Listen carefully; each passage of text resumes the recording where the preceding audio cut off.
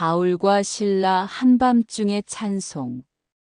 깜깜한 밤, 마음이 감옥처럼 느껴진 적 있으셨나요?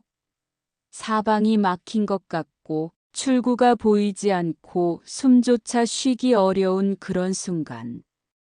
억울한 일을 당했는데 항변할 곳도 없고 정의를 찾을 길도 없고 그저 참아야만 하는 그런 시간. 몸은 자유롭지만 마음은 갇혀 있고 밖에 있지만 안에 갇힌 것 같은 그런 경험. 천장이 내려앉는 것 같고 바닥이 꺼지는 것 같은 그런 느낌. 오늘 우리가 나눌 이야기는 실제 감옥에 갇혔던 두 사람의 이야기입니다. 그런데 놀랍게도 그들은 그 어둠 속에서 노래했습니다. 한밤중에 찬송했습니다. 가장 깊은 절망의 자리에서 가장 높은 찬양을 올려드렸습니다. 억울함 속에서 노래하기 쉽지 않죠. 고통 속에서 감사하기 불가능해 보입니다.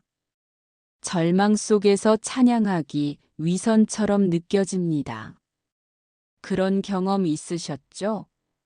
예배드리고 싶지 않은 주일 아침, 기도하고 싶지 않은 새벽, 감사할 수 없는 추수감사절.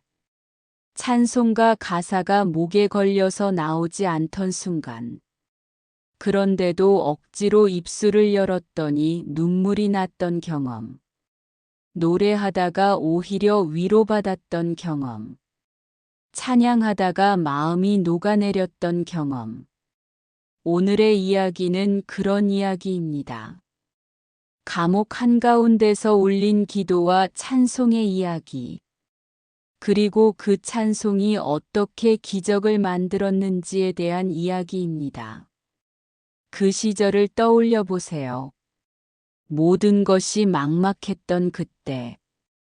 기도해도 응답이 없는 것 같고, 노력해도 변화가 없는 것 같고, 아무리 애써도 상황은 나아지지 않던 그때. 병원비는 늘어가는데 수입은 줄어들고 가족은 아픈데 내가 할 수 있는 것은 없고 미래는 불확실한데 현재는 너무 무거웠던 그때. 그런데 누군가 옆에서 그래도 감사하자고 했을 때 처음엔 화가 났지만 결국 그 말이 맞았던 경험. 감사가 상황을 바꾸지는 못해도 나를 바꿨던 그 경험. 원망을 멈추고 감사를 시작했더니 보이지 않던 것들이 보이기 시작했던 그 순간. 오늘 바울과 실라의 이야기가 그 기억과 만나기를 바랍니다. 바울과 실라는 2차 전도 여행 중이었습니다.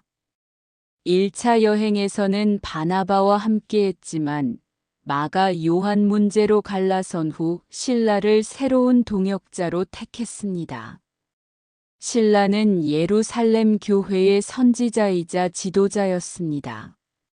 로마 시민권을 가진 유대인이었습니다. 바울과 완벽한 팀이었습니다. 그들은 소아시아를 거쳐 드로아에 이르렀고 그곳에서 환상을 보았습니다. 마케도니아 사람이 와서 우리를 도우라고 부르는 환상. 그들은 즉시 유럽으로 건너갔습니다. 복음이 유럽 대륙에 첫 발을 내딛는 역사적 순간이었습니다. 빌립보는 마케도니아의 첫 성이자 로마의 식민지였습니다. 황제 아우구스투스가 참전 용사들에게 나누어 준 도시였습니다. 로마의 축소판 같은 곳이었습니다. 로마법이 지배하고 라틴어가 공용어였고 로마 문화가 꽃피던 곳이었습니다. 유대인이 많지 않아 회당도 없었습니다. 그래서 바울과 실라는 안식일에 강가로 나가 기도처를 찾았습니다. 유대인들이 회당이 없을 때 강가에 모여 기도하는 관습이 있었기 때문입니다. 그곳에서 루디아라는 여인을 만났습니다. 시 출신의 자주 장사였습니다. 자주색 염료는 당시 최고급품이었습니다. 그녀는 부유한 사업가였습니다. 하나님을 경외하는 이방인이었습니다. 주님께서 그녀의 마음을 열어 바울의 말을 듣게 하셨고 그녀와 온 집안이 세례를 받았습니다. 유럽 최초의 그리스도인이 탄생한 것입니다. 그녀는 바울 일행을 자기 집에 머물도록 강권했습니다. 순조로운 시작이었습니다. 하나님의 인도하심이 분명해 보였습니다. 그런데 문제가 생겼습니다. 그들이 기도하는 곳으로 가는 길에 점하는 귀신 들린 여종 하나를 만났습니다. 그녀는 점을 쳐서 주인들에게 큰 수익을 올려주는 도구였습니다. 당시 델포이 신전의 무녀들처럼 신탁을 전하는 역할을 했던 것 같습니다. 그녀가 바울과 실라를 따라다니며 소리쳤습니다. 이 사람들은 지극히 높으신 하나님의 종으로서 구원의 길을 너희에게 전하는 자라. 맞는 말이었습니다. 그러나 악한 영이 하는 말이었습니다. 선전 효과가 있을 수도 있었지만 복음이 점술과 혼동될 위험이 있었습니다. 여러 날 이렇게 하니 바울이 심령에 거리꼈습니다. 거리낀다는 표현은 깊은 고민과 괴로움을 나타냅니다. 바울은 고민했을 것입니다. 이 여종을 구원하면 주인들과 충돌할 것을 알았기 때문입니다. 그러나 더 이상 참을 수 없었습니다. 돌이켜 그 귀신에게 말했습니다. 예수 그리스도의 이름으로 내게 명하노니 그에게서 나오라. 즉시 귀신이 나갔습니다. 여종은 자유를 얻었지만 동시에 점치는 능력을 잃었습니다. 분노했습니다. 그들에게 여종은 돈벌이 수단이었습니다. 수익의 소망이 끊어진 것을 보고 바울과 실라를 붙잡았습니다. 장터로 끌고 가 관리들에게 넘겼습니다. 그리고 교묘하게 고소했습니다. 이 사람들이 유대인인데 우리 성을 심히 요란케 하여 로마 사람인 우리가 받지도 못하고 행치도 못할 풍속을 전한다. 종교적 문제를 정치적 문제로, 개인적 손실을 공공의 위협으로 둔갑시킨 것입니다. 반유대주의를 이용한 선동이었습니다. 군중이 일제히 일어나 송사했습니다. 군중 심리가 발동한 것입니다. 이성적 판단은 사라지고 감정만 남았습니다. 상관들도 분위기에 휩쓸렸습니다. 그들의 옷을 찢어벗기고 매로 치라고 명령했습니다. 로마의 매질은 잔인했습니다.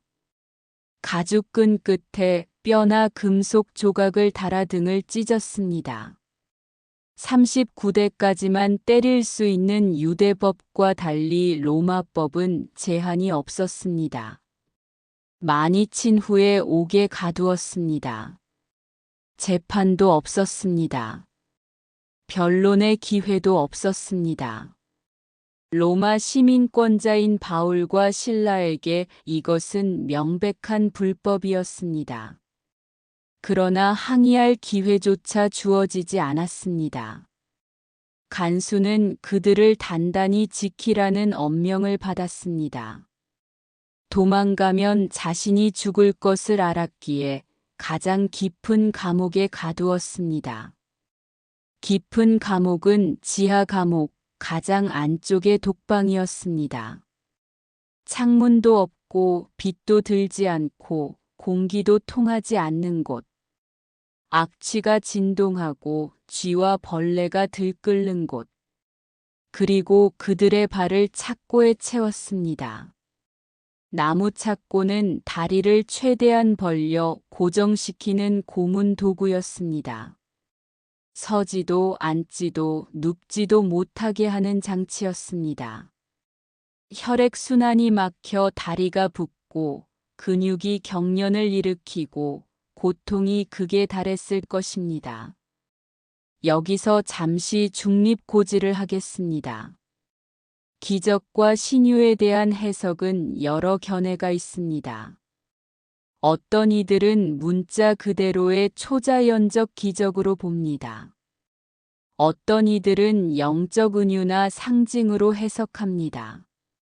어떤 이들은 하나님의 섭리적 역사, 즉 자연적 현상을 통한 하나님의 개입으로 이해합니다. 오늘 우리가 나누는 것도 여러 해석 중 하나입니다.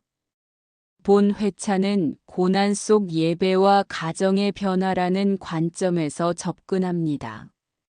중요한 것은 사건 자체보다 그 사건이 주는 메시지입니다. 매맞은 저녁, 그들의 등은 찢어져 있었을 것입니다. 피가 흐르고 상처가 쓰리고 온몸이 욱신거렸을 것입니다. 착고에 묶인 다리는 감각을 잃어가고 허리는 끊어질 듯 아팠을 것입니다. 육체적 고통도 고통이지만 정신적 고통은 더했을 것입니다. 억울함이 밀려왔을 것입니다. 선한 일을 했는데 왜 이런 고난을 받아야 하는가? 귀신 들린 여종을 구원했는데 왜 감옥에 갇혀야 하는가? 하나님의 일을 했는데 왜 하나님이 막아주지 않으셨는가? 환상을 보고 순종했는데 왜 이런 결과인가? 인간적으로는 낙심할 수밖에 없는 상황이었습니다. 깊은 감옥에서 그들은 서로를 의지했을 것입니다. 바울이 신라를 보고 신라가 바울을 보며 무언의 위로를 주고받았을 것입니다. 말없이 서로의 상처를 바라보며 함께 있다는 것만으로도 힘을 얻었을 것입니다. 혼자가 아니라는 것, 동역자가 있다는 것, 같은 고난을 나누는 사람이 있다는 것. 이것이 얼마나 큰 위로인지요. 고난 중에 곁에 있어주는 한 사람의 가치는 천금과도 바꿀 수 없습니다. 아무 말하지 않아도 아무것도 해결해주지 못해도 그저 함께 있어주는 것만으로도 충분한 때가 있습니다. 시간이 흘렀습니다. 해가 지고 어둠이 깊어지고 성이 잠들었습니다. 한밤중이 되었습니다. 자정 무렵 가장 깊은 시간, 가장 어두운 시간, 가장 절망적인 시간. 바로 그때 놀라운 일이 일어났습니다. 한밤중에 바울과 실라가 기도하고 하나님을 찬미함의 죄수들이 듣더라. 그들은 기도하기 시작했습니다. 원망이 아니라 기도를 선택했습니다. 불평이 아니라 간구를 선택했습니다. 그리고 찬미했습니다. 한숨이 아니라 찬송을 선택했습니다. 신음이 아니라 노래를 선택했습니다. 어떻게 그럴 수 있었을까요? 무엇이 그들로 하여금 그런 선택을 하게 했을까요? 아마도 그들은 예수님을 생각했을 것입니다. 겟세마네에서 기도하신 예수님, 채찍에 맞으신 예수님, 가시관을 쓰신 예수님, 십자가에 달리신 예수님. 그분도 억울하게 고난받으셨습니다. 죄 없이 정죄받으셨습니다. 그러나 원망하지 않으셨습니다. 오히려 아버지여 저희를 사하여 주옵소서 저희가 하는 것을 알지 못함이니이다라고 기도하셨습니다. 바울과 실라는 그 예수님을 따라 기도했을 것입니다. 그분의 고난에 동참하는 것을 영광으로 여겼을 것입니다. 그들이 무엇을 찬송했을까요? 아마도 시편을 불렀을 것입니다. 여호와는 나의 빛이요 나의 구원이시니 내가 누구를 두려워하리요. 시편 27편. 하나님이 우리의 피난처시요 힘이시니 환난 중에 만날 큰 도움이시라. 시편 46편. 내가 산을 향하여 눈을 들리라 나의 도움이 어디서 올까. 시편 121편. 아니면 그들이 직접 만든 찬송을 불렀을지도 모릅니다. 성령이 주시는 새 노래를 불렀을지도 모릅니다. 죄수들이 듣고 있었다는 표현이 인상적입니다. 듣더라는 원어는 주에 깊게 경청했다는 의미입니다. 감옥에서 들리는 소리는 대개 신음소리, 욕설, 저주, 원망, 절망의 소리입니다. 그런데 찬송 소리라니, 기도 소리라니, 다른 죄수들은 놀랐을 것입니다. 저 사람들은 미쳤는가? 아니면 정말 그들이 믿는 하나님이 계신가? 그들도 귀를 기울였습니다. 어둠 속에서 들려오는 그 찬송이 이상하게도 위로가 되었을 것입니다. 자신들의 절망이 조금 가벼워지는 것 같았을 것입니다. 갑자기 큰 지진이 일어났습니다. 옥터가 움직이고 문이 곧 다 열렸습니다. 모든 사람의 매인 것이 다 벗어졌습니다. 큰 지진문이 다 열리고 매인 것이 다 벗어진지라. 빌립보는 지진대에 위치한 도시였습니다. 그러나 이 지진은 특별했습니다. 건물은 무너지지 않고 문만 열렸습니다. 사슬은 끊어졌지만 사람은 다치지 않았습니다. 물리적 지진이면서 동시에 영적 지진이었을 것입니다. 찬송이 하늘을 움직였고 하늘이 땅을 흔들었습니다. 그런데 놀라운 것은 아무도 도망가지 않았다는 것입니다. 바울과 실라는 물론이고 다른 죄수들도 그 자리에 있었습니다. 왜일까요? 지진의 충격으로 얼어붙었을까요? 바울과 실라의 찬송에 감동받아서였을까요? 아니면 더 큰 두려움, 거룩한 두려움에 사로잡혔을까요? 바울과 실라는 도망갈 수 있었지만 가지 않았습니다. 자유보다 더 중요한 것이 있었기 때문입니다.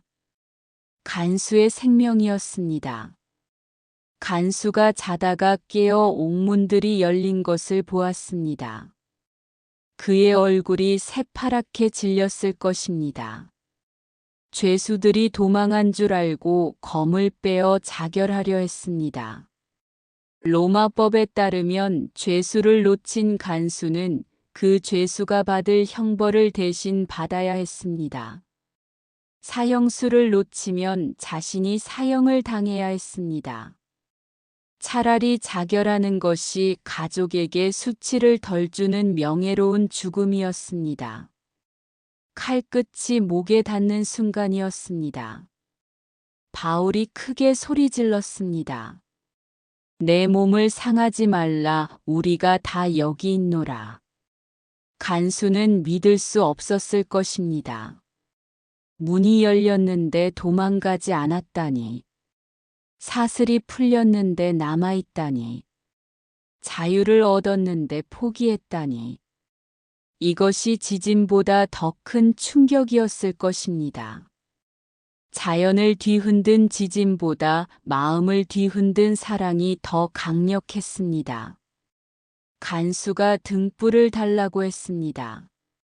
그리고 뛰어들어갔습니다. 무서워 떨며 바울과 실라 앞에 엎드렸습니다. 등불을 들고 달려온 간수의 모습을 상상해 보세요. 떨리는 손으로 등불을 들고 휘청거리는 걸음으로 달려가는 모습. 어둠 속에서 빛을 들고 온 사람. 그는 이제 다른 빛을 찾고 있었습니다. 영혼의 빛을, 생명의 빛을. 그들을 데리고 나와 물었습니다. 선생들이여, 내가 어떻게 하여야 구원을 얻으리이까? 이 질문은 단순한 질문이 아니었습니다. 생사의 갈림길에서 나온 절박한 질문이었습니다. 죽음 직전에 생명을 발견한 사람의 질문이었습니다. 종교적 호기심이 아니라 실존적 갈망이었습니다. 그는 방금 목격했습니다. 고난 중에도 찬송하는 사람들을, 자유를 얻고도 도망가지 않는 사람들을, 원수를 위해 생명을 구하는 사람들을. 그들에게는 무언가 다른 것이 있었습니다. 그것을 원했습니다. 바울과 실라가 대답했습니다. 주 예수를 믿으라, 그리하면 너와 내 집이 구원을 얻으리라. 단순하고 명확한 대답이었습니다. 복음의 핵심이었습니다. 구원은 행위가 아니라 믿음으로, 노력이 아니라 은혜로, 자격이 아니라 초대로 얻는 것입니다. 그리고 놀라운 약속이 덧붙여졌습니다. 너와 내 집이. 개인의 구원이 가정의 구원으로 확대될 수 있다는 약속. 한 사람의 믿음이 온 가족을 구원의 길로 인도할 수 있다는 소망. 간수가 즉시 그들을 데리고 나갔습니다. 그리고 그들의 맞은 자리를 씻어주었습니다. 찢어진 등을 물로 씻고 상처를 싸매고 약을 발라주었을 것입니다. 몇 시간 전만 해도 그들을 가장 깊은 감옥에 가둔 사람이 이제는 그들의 상처를 돌보고 있습니다. 가해자가 치유자가 되었습니다. 원수가 친구가 되었습니다. 이것이 복음의 능력입니다. 그 밤에 간수와 그 온 가족이 다 세례를 받았습니다. 한밤중의 세례식이었습니다. 아마도 집 근처의 우물이나 수조에서 세례를 받았을 것입니다. 어둠 속에서 물 속으로 들어가고 물에서 올라오며 새 생명으로 태어났습니다. 죽음의 밤이 부활의 새벽이 된 것입니다. 그리고 간수는 그들을 자기 집으로 데리고 올라가 음식을 차려 대접했습니다. 감옥에서 식탁으로의 이동, 착고에서 의자로의 전환, 죄수에서 손님으로의 변화. 그 식탁에는 무엇이 차려졌을까요? 빵과 포도주, 올리브와 치즈, 그리고 따뜻한 스프. 상처 입은 몸을 위한 부드러운 음식들.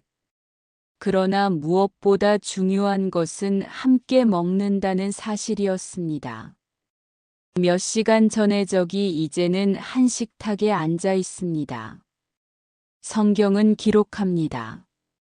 그가 온 집안과 더불어 하나님을 믿게 되었음을 크게 기뻐하니라. 온 집안이 함께 믿었습니다. 아내도 자녀들도 종들도. 그리고 크게 기뻐했습니다. 기쁨이 집안에 가득했습니다. 웃음소리가 울려 퍼졌을 것입니다. 찬송이 이어졌을 것입니다. 이웃들은 의아해했을 것입니다. 한밤중에 무슨 잔치인가? 그것은 구원의 잔치였습니다. 생명의 잔치였습니다. 날이 새자 상관들이 부하를 보내어 말했습니다.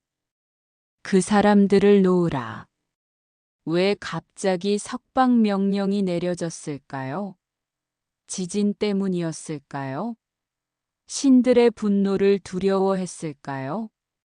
아니면 하룻밤 사이에 양심의 가책을 느꼈을까요? 간수가 그 말을 바울에게 전했습니다. 상관들이 사람을 보내어 당신들을 놓으라 하였으니 이제는 나가서 평안히 가라.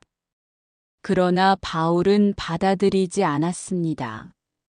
로마 사람인 우리를 죄도 정하지 아니하고 공중 앞에서 때리고 옥에 가두었다가 이제는 가만히 우리를 내보내고자 하느냐 아니라 그들이 친히 와서 우리를 데리고 나가야 하리라. 이것은 자존심의 문제가 아니었습니다. 정의의 문제였습니다. 더 중요하게는 빌립보 교회의 미래를 위한 것이었습니다. 복음 전도자들이 범죄자로 오해받으면 안 되기 때문이었습니다. 부하들이 이 말을 상관들에게 보고했습니다. 그들이 로마 시민인 줄 듣고 상관들이 두려워했습니다. 로마 시민을 재판 없이 매질한 것은 중대한 범죄였습니다. 황제에게 보고되면 직위를 잃을 뿐 아니라 처벌받을 수 있었습니다. 그들이 직접 와서 권하여 데리고 나가 성에서 떠나기를 청했습니다. 공식적인 사과였습니다. 바울과 실라의 명예가 회복된 것입니다. 그들은 감옥에서 나와 루디아의 집에 들어갔습니다. 그곳에는 이미 형제들이 모여 있었습니다. 하룻밤 사이에 교회가 더 성장한 것입니다. 간수의 가족들도 있었을 것입니다.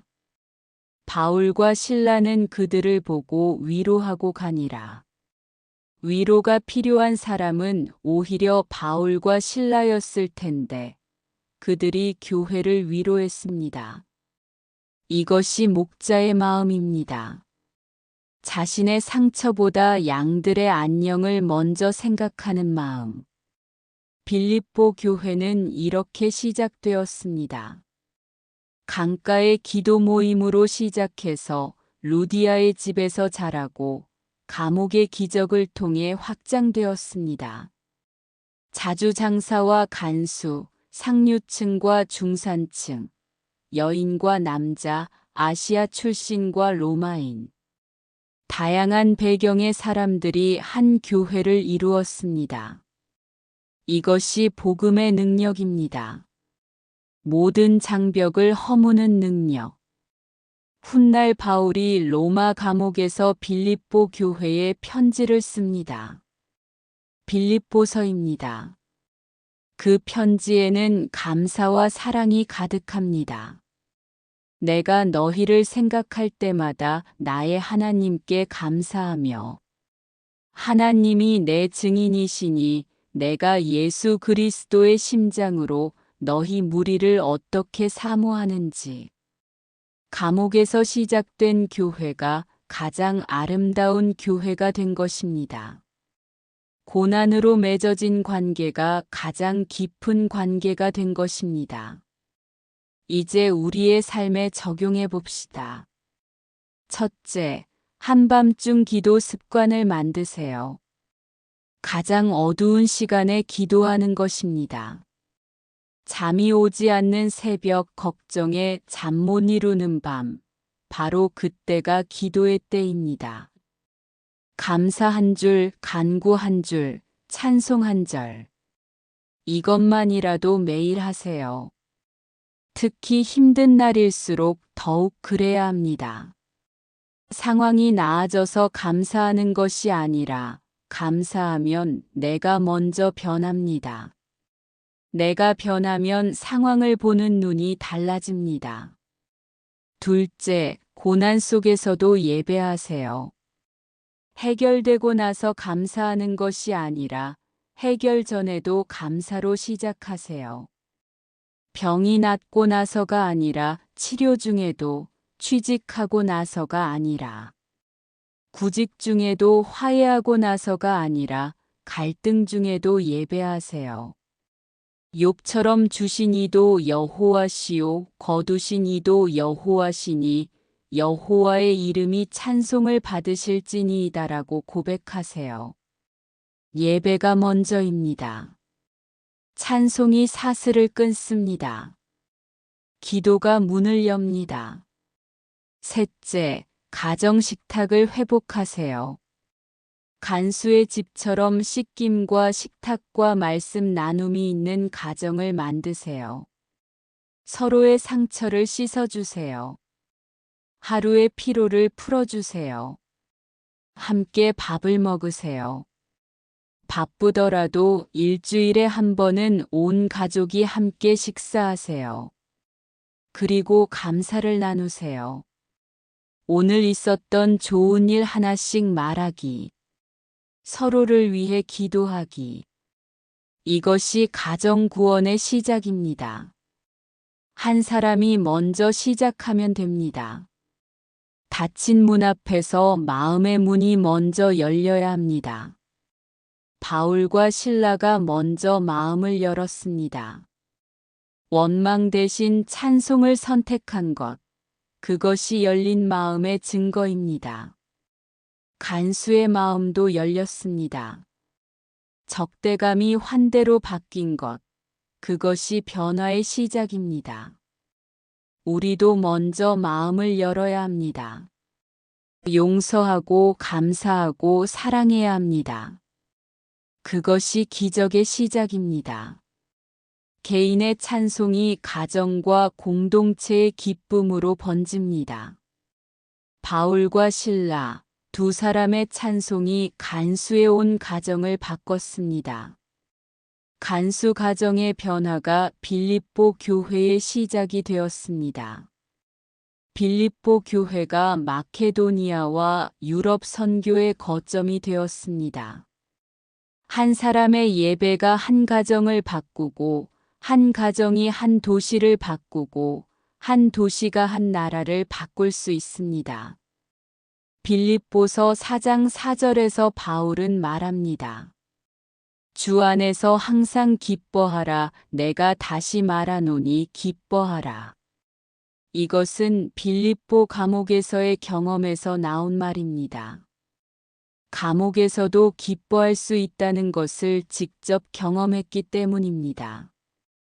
또한 빌립보서 4장 13절, 내게 능력 주시는 자 안에서 내가 모든 것을 할 수 있느니라. 이것도 같은 경험에서 나온 고백입니다. 고난도 이길 수 있고, 찬송도 할 수 있고, 원수도 사랑할 수 있다는 고백. 한밤중에도 노래하게 하소서. 바울과 실라처럼 상황과 상관없이 찬송하게 하소서. 아플 때도 억울할 때도 답답할 때도 주님을 찬양하게 하소서. 우리의 찬송이 누군가의 위로가 되게 하소서. 닫힌 문 앞에서도 마음을 열어주소서. 단단한 현실 앞에서도 부드러운 마음을 지키게 하소서. 원망하지 않고 기도하게 하소서. 절망하지 않고 소망을 품게 하소서. 우리 집에 복음의 기쁨을 주소서. 온 가족이 주를 믿고 구원받는 은혜를 주소서. 우리 가정이 작은 교회가 되고 우리 교회가 큰 가정이 되게 하소서. 고난이 찬송이 되고 감옥이 성전이 되고 밤이 새벽이 되는 기적을 경험하게 하소서. 예수님의 이름으로 기도합니다. 아멘.